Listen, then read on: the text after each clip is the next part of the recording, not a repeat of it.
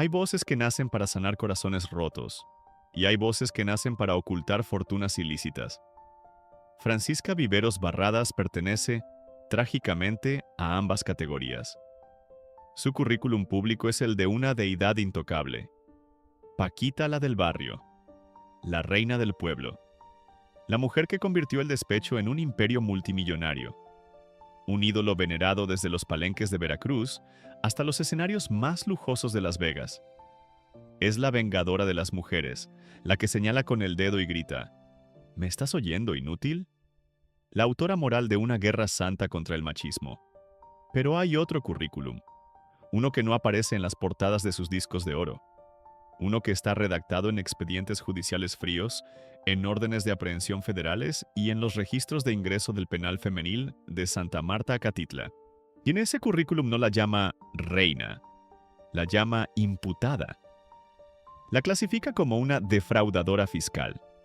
La conecta con la ocultación sistemática de 1,5 millones de pesos. Es la paradoja más cruel del espectáculo mexicano.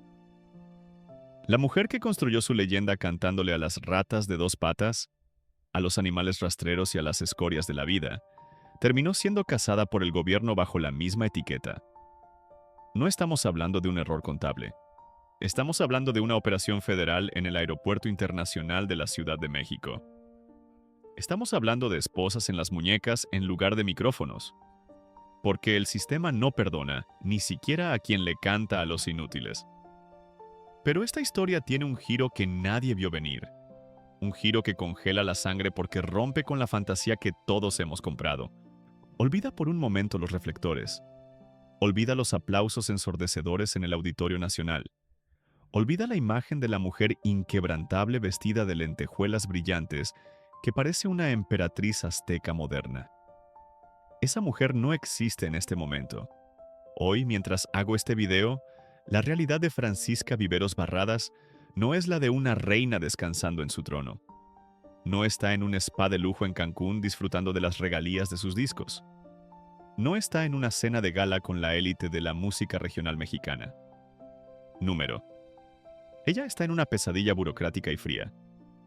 La imagen real, la que el marketing no te muestra, es la de una mujer de 59 años, en aquel entonces. Cansada, desmaquillada, sentada en una silla de metal incómoda bajo la luz parpadeante y estéril de una oficina de la Procuraduría General de la República. No hay mariachis. No hay fans gritando, «¡Te amamos, Paquita!».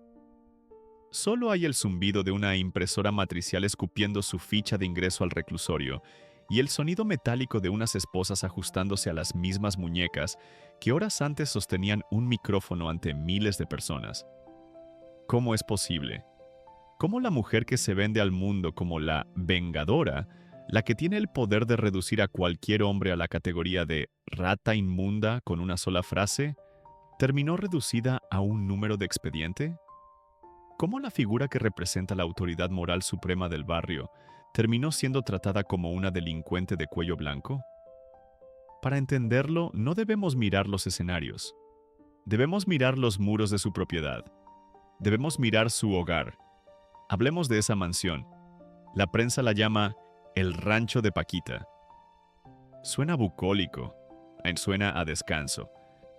Pero si analizamos la estructura con los ojos de un investigador forense, lo que vemos no es una casa de retiro, es una fortaleza. Es una bóveda de seguridad disfrazada de vivienda familiar. Esa construcción no fue levantada con hipotecas bancarias convencionales. No hay rastro de transferencias electrónicas limpias que justifiquen cada columna de mármol o cada mueble de madera tallada. Esa mansión es un monumento al efectivo. Es un templo construido con dinero fantasma.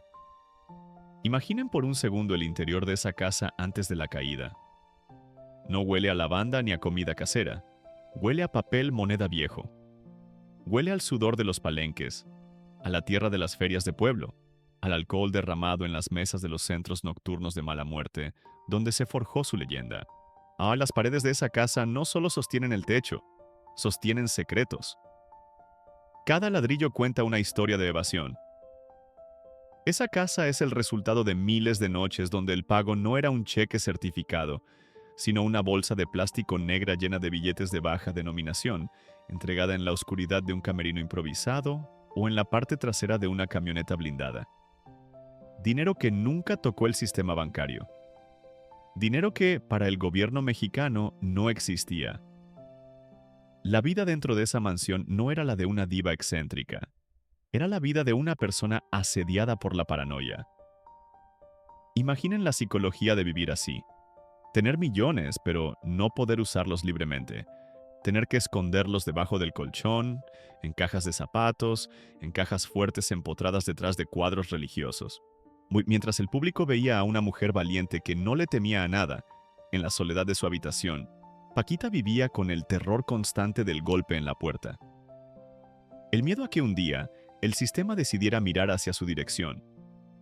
Porque puedes insultar a tus exmaridos, puedes humillar a los hombres infieles en televisión nacional, pero hay un macho al que no puedes insultar, y ese macho se llama Secretaría de Hacienda y Crédito Público, SAT. Ese es el único hombre que no perdona, que no olvida y que siempre cobra. Y la contradicción es asfixiante. Afuera, ella era la jueza. Ella dictaba sentencia. Tú eres una rata. Tú eres un inútil. Pero adentro, en los libros contables secretos o en la ausencia de ellos, ella era la acusada. Ella era la que estaba rompiendo la ley. Mientras cantaba sobre la honestidad y el dolor de la traición, ella estaba traicionando al fisco nacional por una suma que haría palidecer a cualquier empresario. 1,5 millones de pesos en impuestos omitidos.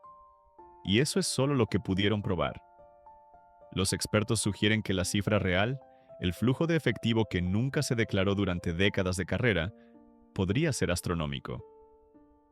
El clímax de esta doble vida llegó con la brutalidad de un accidente automovilístico.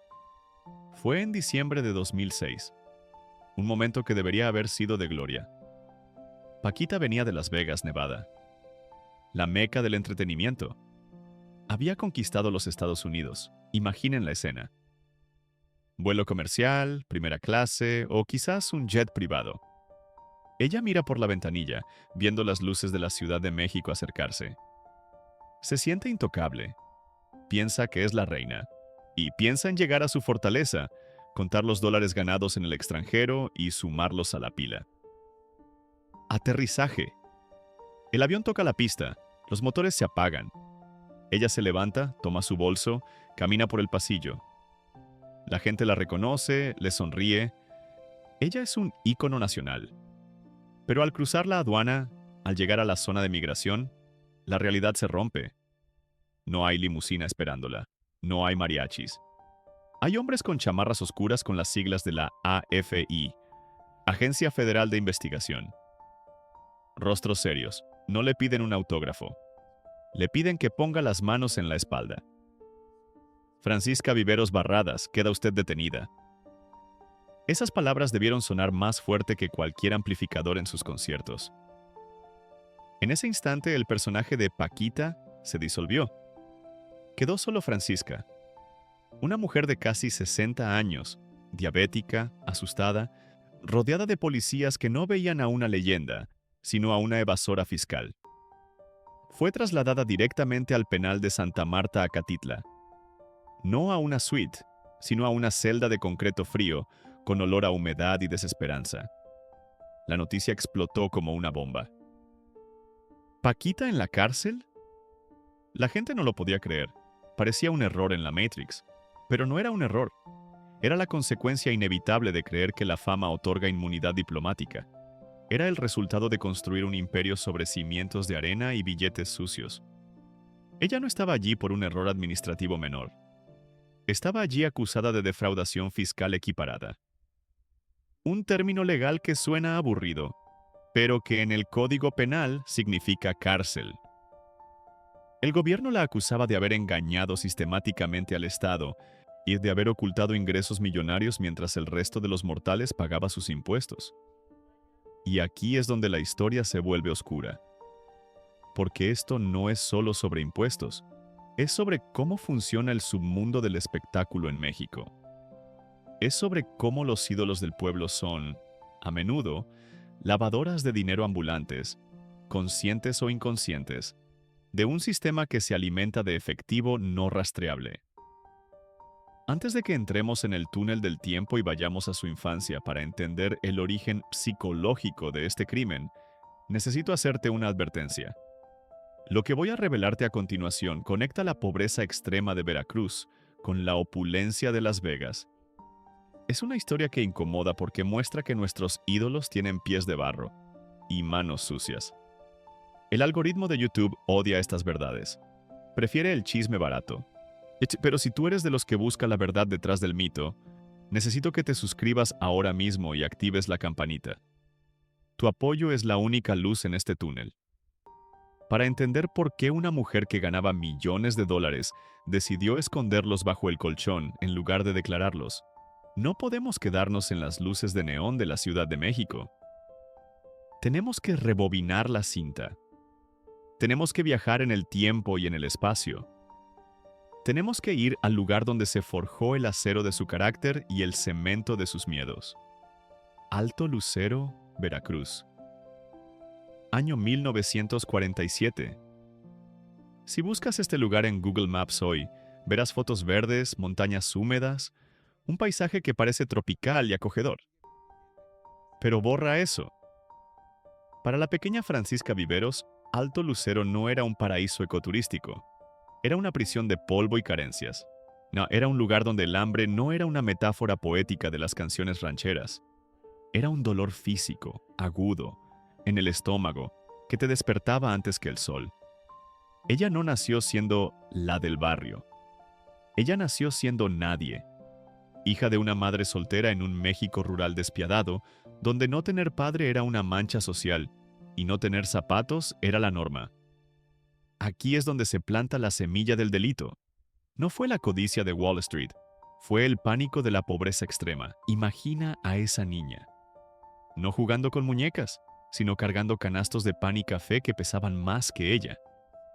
Caminando kilómetros bajo el sol húmedo de Veracruz, vendiendo comida de puerta en puerta. Cada moneda que recibía, esos centavos de cobre viejos y gastados, no eran ingresos. Eran supervivencia.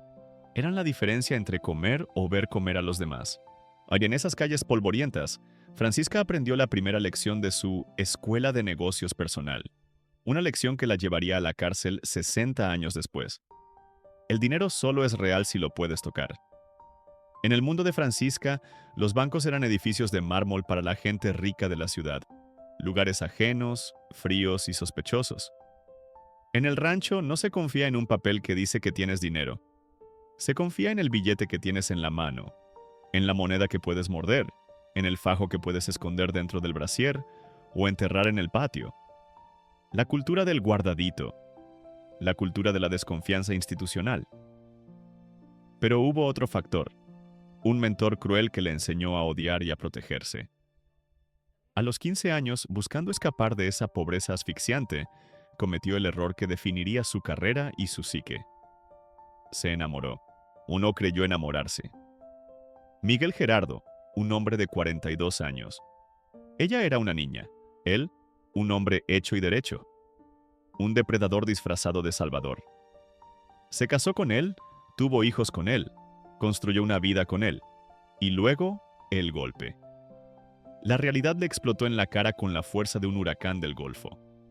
Miguel Gerardo no solo era mayor, era casado, tenía otra familia, otra esposa, otros hijos. Francisca no era la señora de la casa, era la otra. Era la burla del pueblo. Ese momento fue nuclear. Ahí, en medio de la humillación, con hijos que alimentar y un corazón roto, Francisca Viveros murió y nació Paquita. Pero también nació algo más oscuro, una desconfianza patológica hacia cualquier figura de autoridad masculina. Y adivinen qué, el gobierno, el sistema bancario, el Servicio de Administración Tributaria, SAIT, para la psique de una mujer rural golpeada por la vida, todos esos entes son machos. Son figuras que vienen a quitarte lo que es tuyo. Son el marido que te promete seguridad y luego te traiciona. Su lógica criminal no nació de querer comprar yates de lujo. Nació del trauma. Ella se juró a sí misma: nunca más dependeré de nadie, y lo que gane nadie me lo va a quitar. Cuando emigró a la Ciudad de México, huyendo de la vergüenza, Llegó con una mano delante y otra detrás. Empezó desde cero, cantando en La Fogata Norteña, un restaurante pequeño en la colonia Guerrero, un barrio bravo. Ahí perfeccionó su arte. Pero observen el patrón. Ella cobraba en efectivo. Las propinas de los borrachos que lloraban con sus canciones iban directo a su bolsa. No había facturas, no había contadores. Era economía de guerra. Dinero entra, dinero se guarda. Con el paso de las décadas, Francisca se convirtió en un fenómeno. Los palenques se llenaron. Las tarifas subieron de cientos a miles y de miles a millones. Pero su mente se quedó en alto lucero. Mientras su cuenta bancaria, la oficial, mostraba movimientos modestos, su banco personal crecía exponencialmente. Ella seguía operando como la vendedora de pan, acumulando físico, desconfiando de los bancos que cobran comisiones y te roban, desconfiando del gobierno que nunca te dio nada cuando eras pobre. No entendió que cuando manejas millones, las reglas del juego cambian. No puedes guardar $100,000 en una caja de zapatos como si fueran los ahorros de la venta de pan. O bueno, puedes hacerlo, pero eso tiene un nombre legal: lavado de dinero y evasión fiscal. El mentor de Paquita no fue un capo de la mafia italiana. Fue la miseria. Fue el miedo visceral a volver a no tener nada. Ese miedo la convirtió en una máquina de generar efectivo y en una tumba para esconderlo. Ella construyó su imperio no sobre la ambición, sino sobre la defensa. Pero el sistema financiero moderno no acepta traumas infantiles como excusa para no pagar impuestos. El CIT no tiene psicólogos, tiene auditores. Y mientras Paquita cantaba 3 veces te engañé, ella se estaba engañando a sí misma pensando que podía seguir siendo la dueña de su propia economía, sumergida para siempre. No sabía que, al igual que aquel primer marido traidor, el destino ya le tenía preparada una sorpresa desagradable. Una sorpresa que no vendría en forma de amante, sino en forma de una auditoría federal que destaparía la caja de Pandora de su rancho. El escenario estaba listo. La niña pobre ya era rica. La víctima ya era victimaria del fisco. Y el dinero, ese dios pagano que ella veneraba en secreto, estaba a punto de convertirse en la evidencia de su crimen. Para comprender la magnitud del delito de Francisca Viveros Barradas, hay que entender dónde trabajaba realmente. Y no me refiero a los estudios de grabación asépticos de la Ciudad de México. Me refiero a su verdadero hábitat natural, el palenque. Si nunca has estado en un palenque mexicano a las 3 de la mañana, no has visto el corazón palpitante de la economía sumergida. Es un coliseo circular, un ruedo de tierra compactada donde la ley se suspende temporalmente. El aire es una mezcla espesa de humo de cigarro, vapor de tequila barato, perfume caro y testosterona. Allí, entre peleas de gallos y apuestas ilegales, el dinero no fluye, el dinero explota. Este era el reino de Paquita. El mecanismo de su evasión no era una ingeniería financiera sofisticada digna de Wall Street. No había cuentas en las Islas Caimán, ni fideicomisos complejos en Panamá. Su sistema era mucho más primitivo, más visceral y por ende mucho más difícil de rastrear. Hasta que dejó de serlo. Su sistema era la cultura del efectivo absoluto. Imaginen la escena típica de un fin de semana cualquiera entre 2000 y 2006. Paquita llega a una feria ganadera en Michoacán o Sinaloa. El lugar está a reventar. 5,000, 6,000 personas. Las entradas no se venden por Ticketmaster. Se venden en taquillas improvisadas, boleto en mano, billete tras billete. Cuando Paquita salía al ruedo, mi envuelta en vestidos que pesaban 10 kilos de lentejuelas, no solo era una artista, era una máquina de recolección. Mientras cantaba Rata de 2 patas, el público, en un frenesí de catarsis etílica, no le lanzaba rosas. Le lanzaban dinero. No es una metáfora. En los palenques es costumbre que los patrones, los ganaderos ricos e incluso figuras del narco que frecuentan estos eventos manden saludos acompañados de botellas de Buchanan's y fajos de billetes. ¿A dónde iba ese dinero? Esa es la pregunta del millón. o de los 1,5 millones. Ese dinero no pasaba por una terminal bancaria. Ese dinero era recogido por asistentes, guardado en bolsas de tela, metido en cajuelas de camionetas blindadas. Billetes arrugados, manchados de alcohol, impregnados del sudor de la fiesta. Dinero sucio en el sentido más literal y fiscal de la palabra. Y la acusación de la Procuraduría Fiscal de la Federación detalló un esquema que, por su simplicidad, resulta insultante para cualquier ciudadano que paga sus impuestos religiosamente. Francisca Viveros Barradas operaba bajo una lógica de ceguera voluntaria. Sus contadores, o la falta de ellos, aplicaban una aritmética mágica. Ingresos reales, millones. Ingresos declarados, cero o cercanos a cero. Durante años, ella reportó ingresos que no alcanzaban ni para pagar la luz de su mansión. Sin embargo, su estilo de vida gritaba opulencia. Compraba propiedades, mantenía a una familia extensa, viajaba con comitivas, vestía ajuares dignos de la realeza. Aquí es donde entra el concepto legal de discrepancia fiscal. Es el error de principiante del delincuente de cuello blanco. Hacienda no necesita ver tus recibos de nómina para saber que mientes. Hacienda solo necesita ver cómo vives. Si declaras que ganas 10,000 pesos al mes, pero vives en una fortaleza en la Ciudad de México, tienes coches de lujo y viajas a Las Vegas 3 veces al año, la ecuación no cuadra. El mecanismo de Paquita se basaba en la creencia arrogante de que el efectivo es invisible. Pensaba que si el dinero no tocaba el banco, el gobierno no podía verlo. Era una mentalidad de tianguis aplicada a una empresa multinacional. Pero había un problema. El dinero en efectivo es voluminoso. Es difícil de esconder cuando se acumula en montañas. Tienes que gastarlo. Y cuando lo gastas, dejas rastro. Ella compraba muebles, remodelaba su casa, adquiría joyas. Y cada vez que pagaba, aunque fuera en efectivo, dejaba una huella. Un proveedor que sí declara. Para un registro de propiedad, un boleto de avión. El SAT es un depredador paciente. No ataca a la primera señal. Espera, recopila, cruza datos. Los auditores empezaron a armar el rompecabezas. Vieron los carteles de sus conciertos. Sold out. Agotado. Vieron los precios de los boletos. Hicieron una multiplicación simple. 5,000 personas por 500 pesos por boleto, igual a 2,5 millones de pesos en una sola noche. Y luego miraban su declaración anual. Sin ingresos grabables. Era una burla. Era un robo a plena luz del día, cometido no con una pistola, sino con un micrófono. Pero hay un detalle más sórdido en este mecanismo: el entorno. Paquita no estaba sola. Estaba rodeada de un séquito de aduladores, familiares y supuestos asesores que vivían de ella. Nadie se atrevía a decirle a la reina que lo que estaba haciendo era un delito federal grave. O al contrario, alimentaban su paranoia. No le des nada al gobierno, doña Paquita. Son unos ladrones.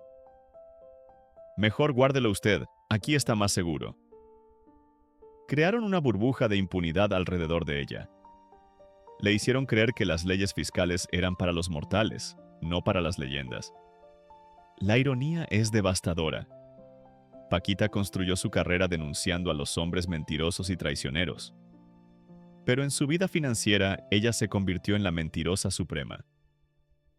Engañó al sistema que construyó las carreteras por las que viajaban sus giras, al sistema que pagaba la seguridad de los aeropuertos que usaba. Ella privatizó las ganancias y socializó las pérdidas. El imperio del efectivo de Paquita, la del barrio, era un castillo de naipes. Brillaba mucho, sí, pero estaba sostenido por el silencio, y la complicidad y una montaña de billetes ocultos en cajas fuertes domésticas. Y como todo castillo de naipes, solo hacía falta un soplo de viento legal para que todo se viniera abajo. Ese soplo comenzó a formarse en las oficinas de inteligencia financiera mucho antes de 2006.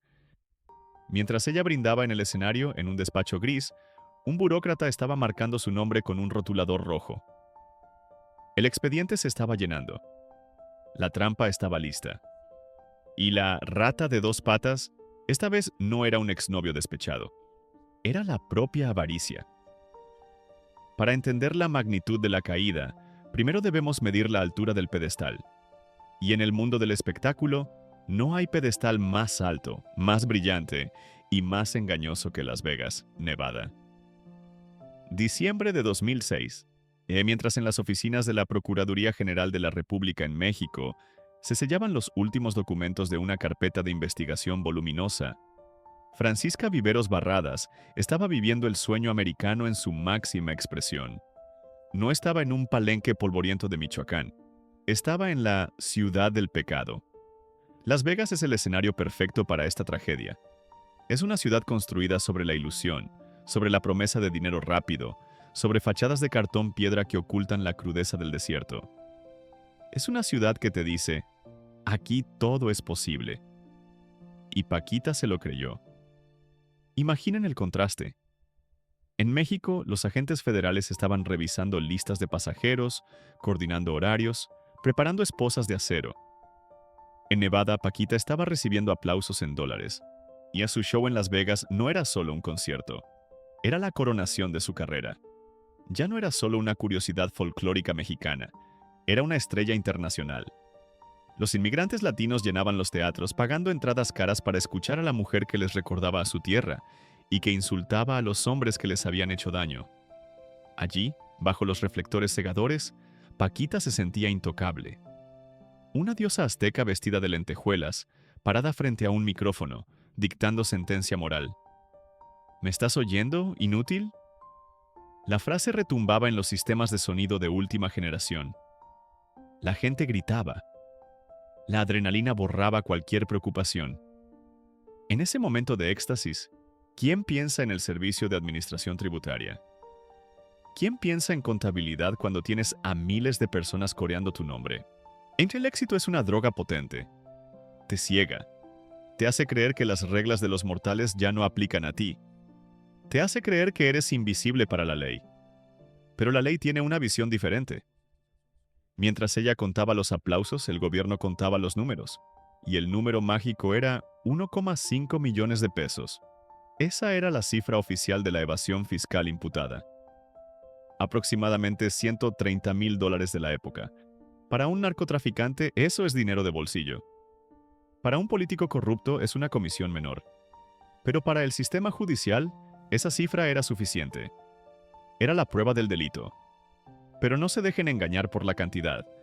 Esos 1,5 millones no eran todo el dinero. Eran simplemente el hilo suelto del que tiró el fiscal para deshacer todo el suéter. Era la cantidad que pudieron probar documentalmente, que la discrepancia irrefutable entre sus gastos declarados y sus ingresos reales. Era la pistola humeante. Lo trágico es la soledad de la cima. En Las Vegas, rodeada de su séquito, de sus músicos, de sus asistentes que le decían, sí señora. Lo que usted diga, jefa. Paquita estaba en realidad totalmente sola frente al abismo que se abría bajo sus pies. Nadie le advirtió. Nadie le dijo, Francisca, no regreses, quédate aquí, arregla esto desde lejos. O tal vez sí lo sabían y callaron. En el mundo del espectáculo, cuando el barco se hunde, las ratas, esas de las que ella tanto cantaba, son las primeras en saltar, pero no sin antes asegurarse de que el capitán se hunda con la nave. El vuelo de regreso a la Ciudad de México fue el último acto de su libertad. Imaginen ese viaje. Primera clase. Champán, quizás, que es la satisfacción del deber cumplido. La maleta llena de regalos para la familia. La mente puesta en la Navidad que se acercaba. Paquita miraba las nubes, ignorando que estaba volando directo hacia una tormenta perfecta.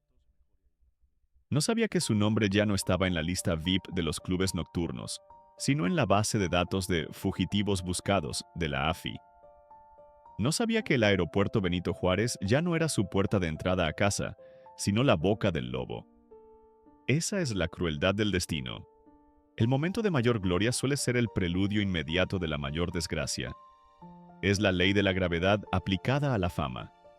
Cuanto más alto subes, más dura es la caída. Y Paquita estaba en la estratosfera. Ella pensaba que regresaba como una conquistadora que trae oro de tierras lejanas. Pero el Estado mexicano la esperaba como a una traidora que ocultó el botín. La ironía es casi poética si no fuera tan triste. La mujer que hizo una fortuna cantando sobre la traición masculina estaba a punto de ser traicionada por su propia arrogancia financiera. La mujer que exigía honestidad brutal a sus parejas había vivido en una mentira contable durante años. El avión comenzó su descenso hacia el Valle de México. Las luces de la ciudad brillaban abajo, una alfombra infinita de caos y vida. Para Paquita, esas luces significaban hogar. Pero para los agentes que esperaban en la terminal, esas luces eran el escenario de una operación de captura de alto perfil. El tren de aterrizaje tocó el suelo, el ruido de las turbinas en reversa. El avión frenó. Fue el último momento de paz. No, el último momento en que Francisca Viveros fue Paquita la del barrio. Unos minutos después, al cruzar la puerta de desembarque, se convertiría en la presa. El telón de Las Vegas había caído. La función había terminado, y ahora comenzaba el juicio. No ante un público que pagó boletos, sino ante un juez que exigía pago de impuestos. El momento exacto de la caída tiene una coreografía brutal. Aeropuerto Internacional de la Ciudad de México. Diciembre de 2006. Paquita cruza la puerta de llegadas internacionales. Su cuerpo pide descanso, su mente pide su cama. Pero el destino le tiene preparada una celda. No fue una detención discreta en una oficina privada. Fue una emboscada burocrática. Agentes de la Agencia Federal de Investigación, AFI, la rodearon. No hubo violencia física, no fue necesario. La violencia fue psicológica. Y imaginen la escena. La mujer que ha mandado al diablo a miles de hombres, de repente se ve pequeña, vulnerable, rodeada de uniformes que representan la autoridad absoluta del Estado. Queda detenida. Esas dos palabras tienen el peso de una lápida. En ese instante, los millones de discos vendidos no sirven de nada. Los Grammys no sirven de fianza. La fama no es un escudo, es de hecho un amplificador de la humillación. Fue trasladada inmediatamente al Centro Femenil de Readaptación Social Santa Marta, Acatitla. Este no es un lugar cualquiera, es un monstruo de concreto al oriente de la Ciudad de México. Es el lugar donde terminan las asesinas, las secuestradoras, las narcotraficantes. Y ahora, la reina del pueblo. El proceso de ingreso a una cárcel mexicana es un ritual de deshumanización. Te quitan tu ropa, te quitan tus joyas, te quitan tu nombre y te dan un número. Te obligan a agacharte y toser para asegurar que no traes nada escondido en tu cuerpo. Imaginen a Francisca Viveros, una señora mayor, conservadora, pasando por eso. Es la destrucción total de la dignidad. Pero aquí viene la verdadera pregunta, la que los medios de espectáculos ignoraron mientras se regodeaban en el morbo. ¿Por qué cayó? En el mundo del crimen, y la evasión fiscal lo es, los ídolos no caen por casualidad. No caen porque un auditor del SAT tuvo suerte un martes por la mañana. Caen porque alguien los empuja. Caen porque alguien habla. Paquita la del barrio no fue víctima de una investigación aleatoria.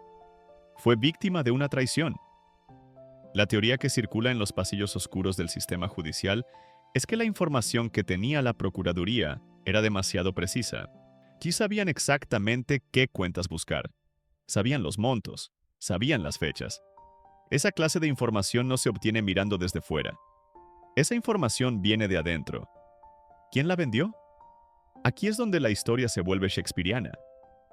Se habla de un fuego amigo, alguien de su círculo íntimo, tal vez un contador despechado al que no se le pagó lo suficiente, tal vez un familiar rencoroso que quedó fuera del testamento o de la nómina, o tal vez un ex colaborador que, al verse acorralado por sus propios problemas legales, decidió entregar la cabeza de la patrona a cambio de inmunidad. Es la ironía suprema. La mujer que construyó una carrera advirtiendo a las mujeres sobre las ratas de dos patas, tenía a la rata más grande viviendo en su propia casa, comiendo de su mesa, manejando sus libros contables. ¿Me estás oyendo, inútil? Esa frase que tantas veces gritó a los cuatro vientos, ahora resonaba con un eco macabro.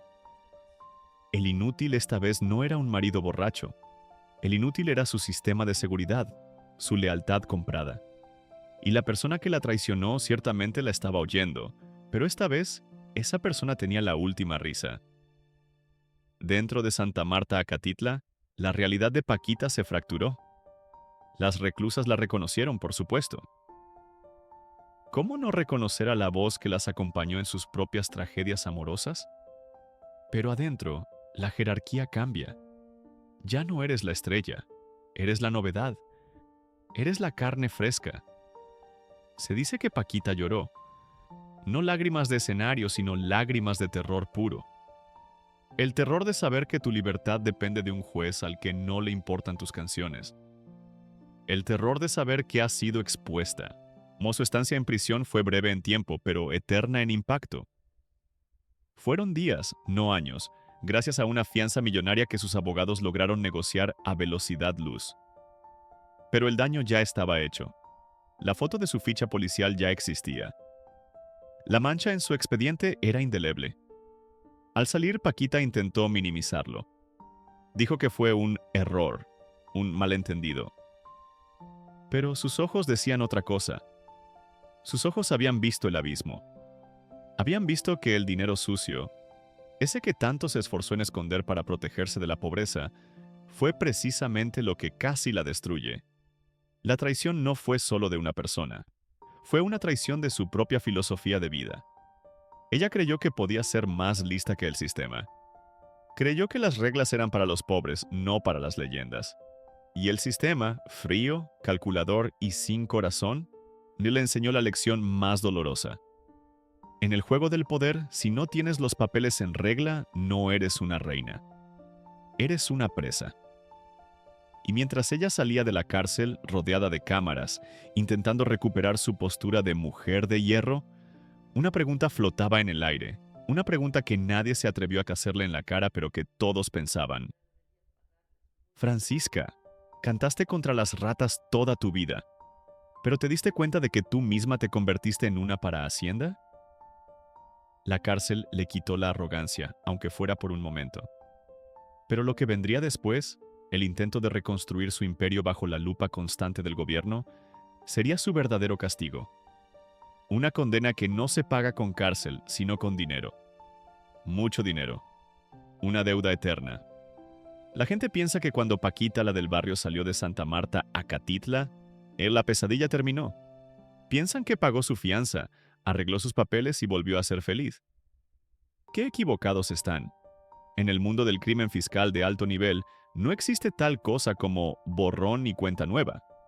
Existe la libertad condicional perpetua. Existe el marcaje personal. Existe el miedo crónico. Hoy quiero plantear un escenario futuro. Una hipótesis basada en la lógica implacable del dinero sucio que no se puede lavar. Viajemos con la imaginación a una fecha que aún no llega, pero que es inevitable. Digamos, la noche del 2 de noviembre de 2027. Día de Muertos. Imagina el rancho de Paquita. La leyenda ya no está físicamente, pero la propiedad sigue ahí, inmensa, silenciosa. Los herederos están reunidos, los abogados están presentes, pero hay un invitado más, y uno que no fue convocado pero que siempre llega. El Servicio de Administración Tributaria, SAT.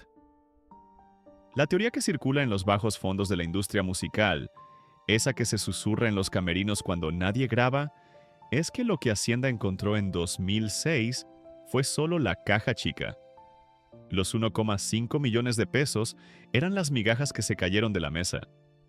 ¿Dónde está el resto? Hablemos de la leyenda del dinero podrido. Se dice, y esto es un secreto a voces en Veracruz, que la desconfianza de Paquita hacia los bancos era tan patológica que volvió a las viejas costumbres de la Revolución Mexicana. Se dice que en ese rancho, bajo las losas de concreto del patio, detrás de las paredes falsas de los armarios, dentro de tuberías de PVC selladas y enterradas en el jardín, hay una fortuna durmiendo. Pero no es una fortuna que brilla. Es una fortuna maldita. Imagina millones de pesos en billetes de vieja denominación. Dólares de los años 90, pudriéndose por la humedad. Billetes comidos por las ratas.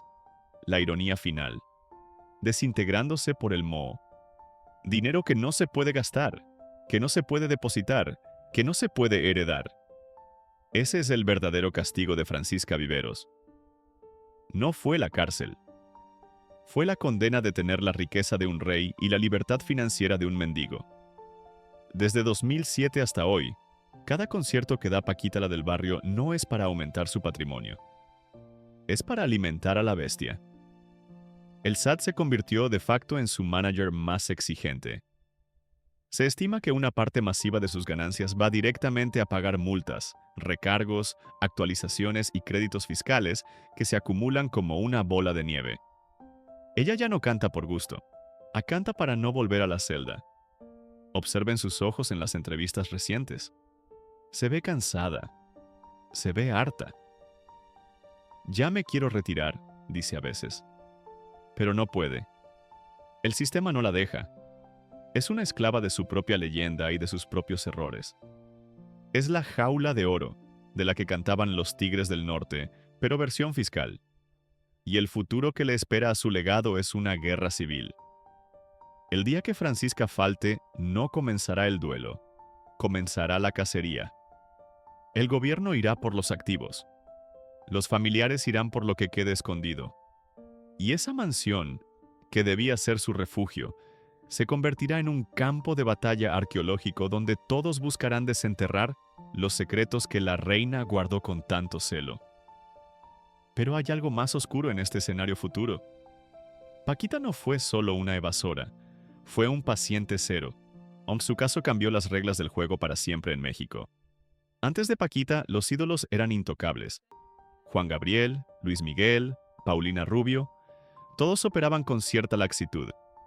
Pero cuando vieron a la patrona esposada, el pánico se apoderó del showbiz. Paquita fue el sacrificio necesario. El gobierno la usó para mandar un mensaje aterrador. Si podemos tocar a la mujer que defiende al pueblo, podemos tocarlos a todos. Gracias a su caída, hoy el City tiene herramientas de inteligencia artificial que rastrean hasta la última propina. El mundo de efectivo, de las bolsas de plástico con billetes en los palenques, está muriendo. Paquita fue la última gran emperatriz de esa era salvaje. En el futuro, cuando se escriba la historia definitiva del espectáculo en México, Paquita la del Barrio no será recordada solo por sus canciones de despecho. Será estudiada en las facultades de Derecho y Contabilidad. Su rostro no solo estará en los murales de los barrios populares, estará en los manuales de lo que no debes hacer si eres millonario. La pregunta hipotética final es esta. Si pudiéramos abrir las paredes de su rancho hoy mismo, ¿qué encontraríamos? ¿Oro? ¿Dólares? ¿O tal vez encontraríamos algo más triste? Cartas. Documentos. Pruebas de que ella sabía que esto iba a pasar. La bitácora de una mujer que intentó construir una fortaleza contra la pobreza y terminó construyendo su propia prisión de lujo. El dinero enterrado, si existe, ya no vale nada. Ha sido devorado por el tiempo, igual que la libertad de Francisca fue devorada por el sistema. Y esa es la lección final de este futuro distópico. Puedes esconder el dinero del gobierno, pero no puedes esconderte del tiempo. Al final, las ratas, las reales y las metafóricas, siempre ganan. Hay una tragedia griega escondida detrás de cada lentejuela del vestido de Paquita la del Barrio. Al final de este viaje, desde el polvo de Alto Lucero hasta los reflectores de Las Vegas y la frialdad de la celda en Santa Marta, Acatitla, nos queda una lección amarga. El maestro que formó a Francisca Viveros no fue un conservatorio de música, fue el hambre.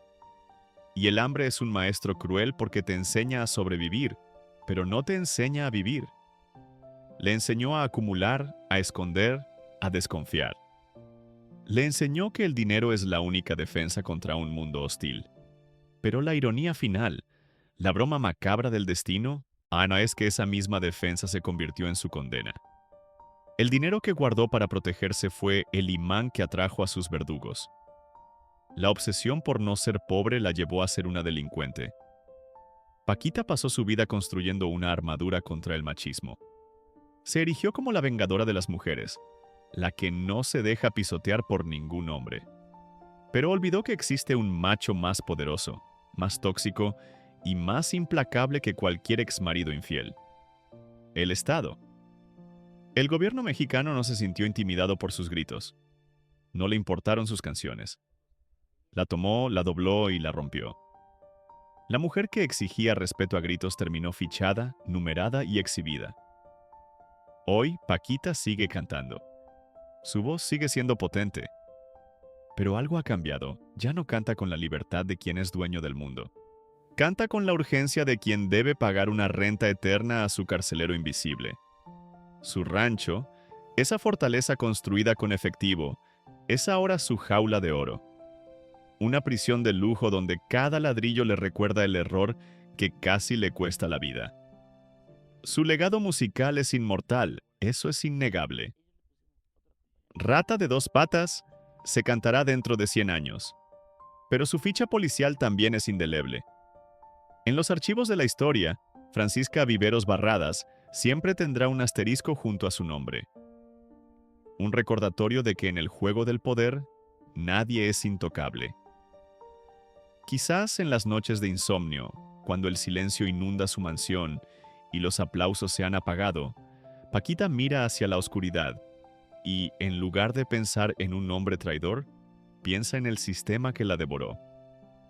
Y tal vez, solo tal vez, susurra para sus adentros, o con una mueca de dolor: ¿me estás oyendo, Hacienda? ¿Me estás oyendo, inútil? Pero Hacienda no responde. Hacienda solo cobra. Esta es la verdad que los medios de espectáculos no te cuentan. Prefieren el chisme del día, el escándalo pasajero. Pero aquí, nosotros escarbamos hasta encontrar el hueso. Hemos expuesto cómo la pobreza crea traumas que ni los millones pueden curar, y cómo el sistema se alimenta de los errores de sus ídolos. Si este viaje al lado oscuro de la fama te ha abierto los ojos, si valoras el periodismo que no se queda en la superficie, necesito que hagas 3 cosas ahora mismo. Dale me gusta a este video para vencer a la censura del algoritmo. Suscríbete y activa la campanita. Hay más expedientes criminales de tus artistas favoritos que están esperando ser abiertos. Y déjame un comentario abajo. ¿Crees que hay más dinero enterrado en ese rancho? Te leeré. Y recuerda, en el mundo del espectáculo lo que brilla no siempre es oro. A veces es solo evidencia. Nos vemos en la próxima investigación.